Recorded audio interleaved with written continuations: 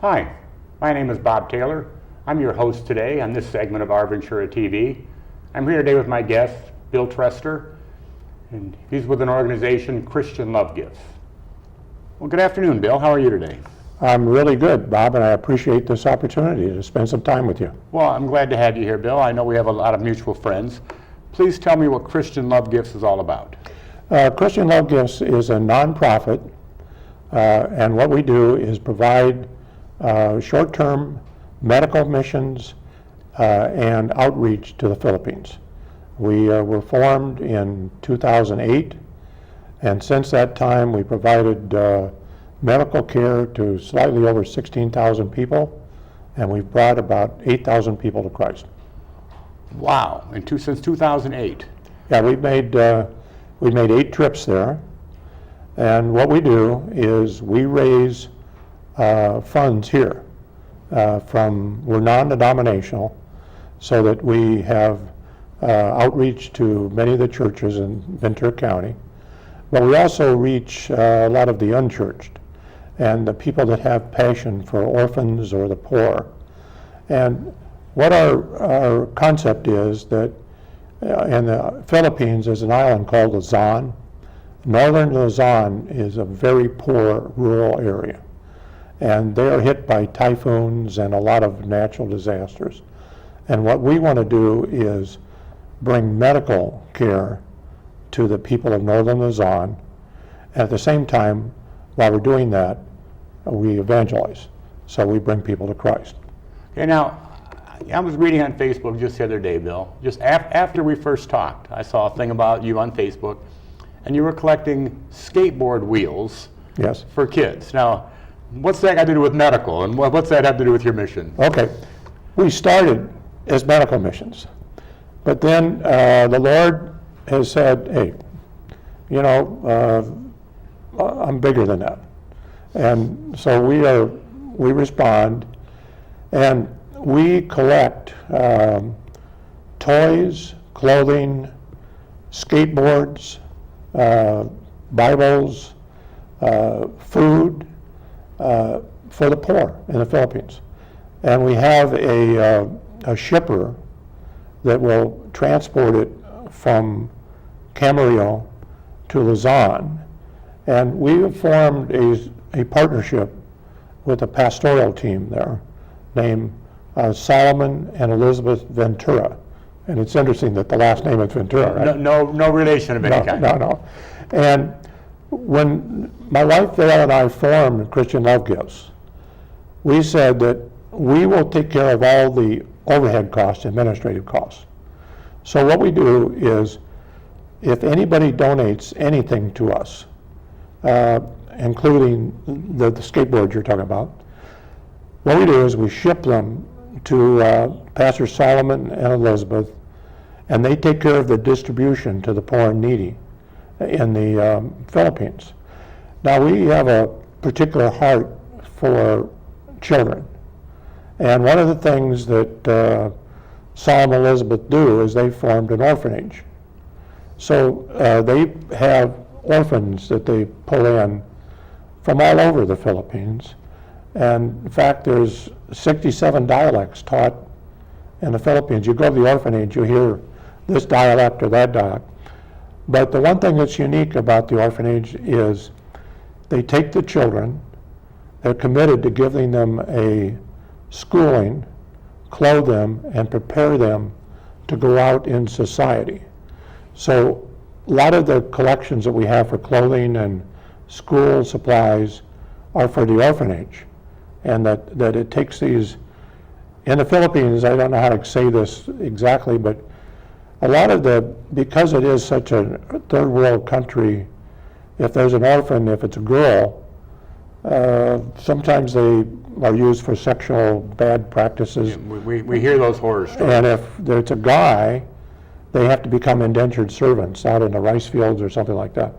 And it gives us great joy to be able to take these kids that would have had that kind of life and see them go through school. We also raise money for sponsors for college. So we have a gal named Madeline that just graduated this year that we supported, and she's now a social worker. We have another gal that is taking to be a civil engineer. She's studying to be a civil engineer. Great. And these are just orphans that, if you look at what their life would have been, and now the Lord is working in their life to do this. The other thing we do is Pastor Solomon has a Bible college. And again, there are poor guys and gals that have a passion to become a minister or serve the Lord, but they have no money. Right. And they will come in with just the clothes on their back. And what we do is we raise money, again, to clothe them, to pay for their education, so that when they graduate, they can go out and plant a church.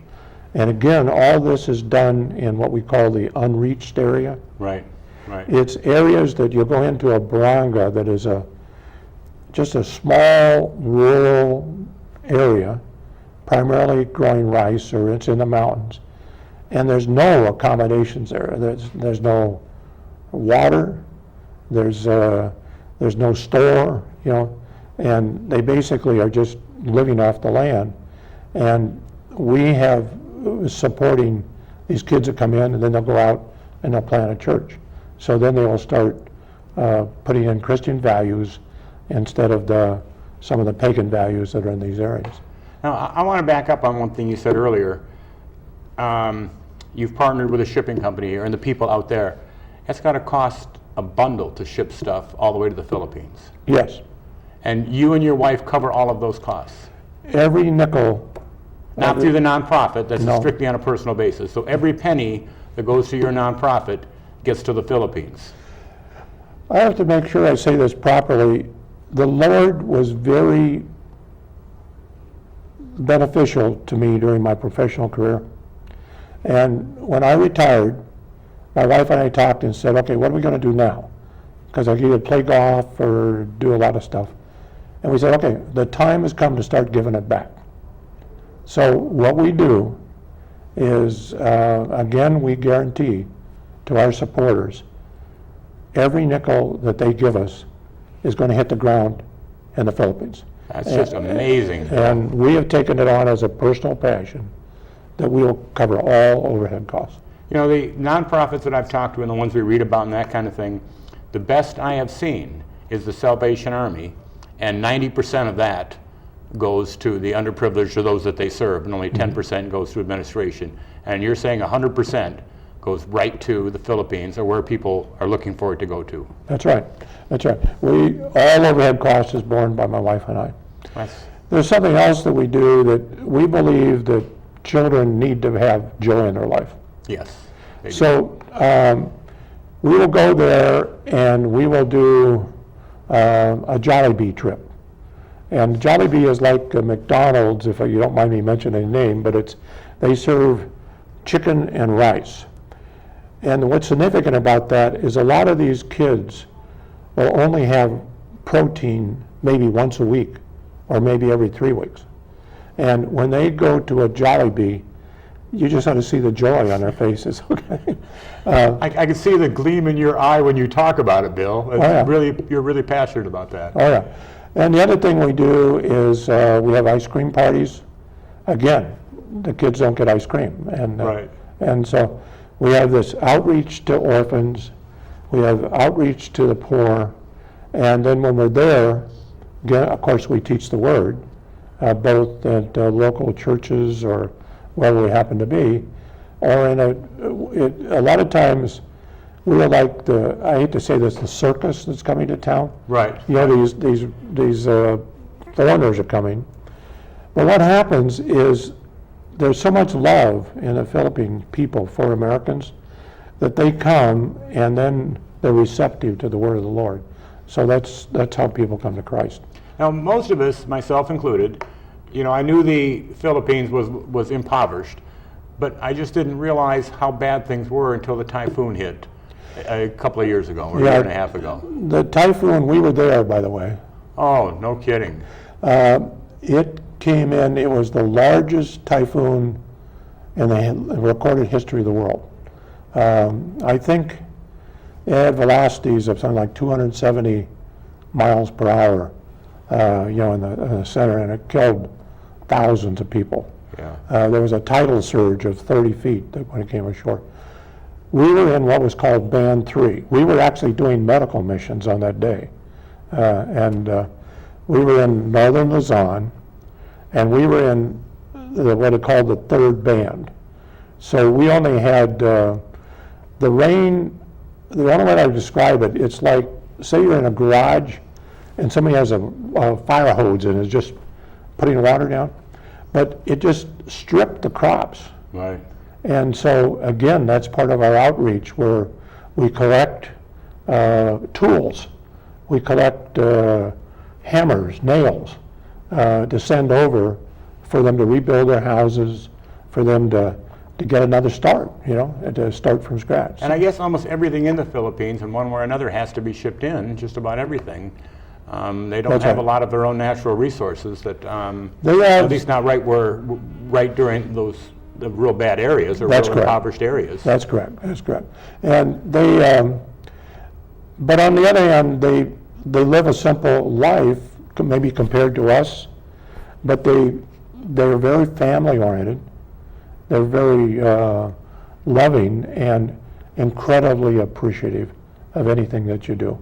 I'll tell you, there's nothing, again, when you walk into an orphanage, there's nothing like 40 kids coming out and all hugging you at the same time. And I tell you, it makes it worth going for in the next year, right?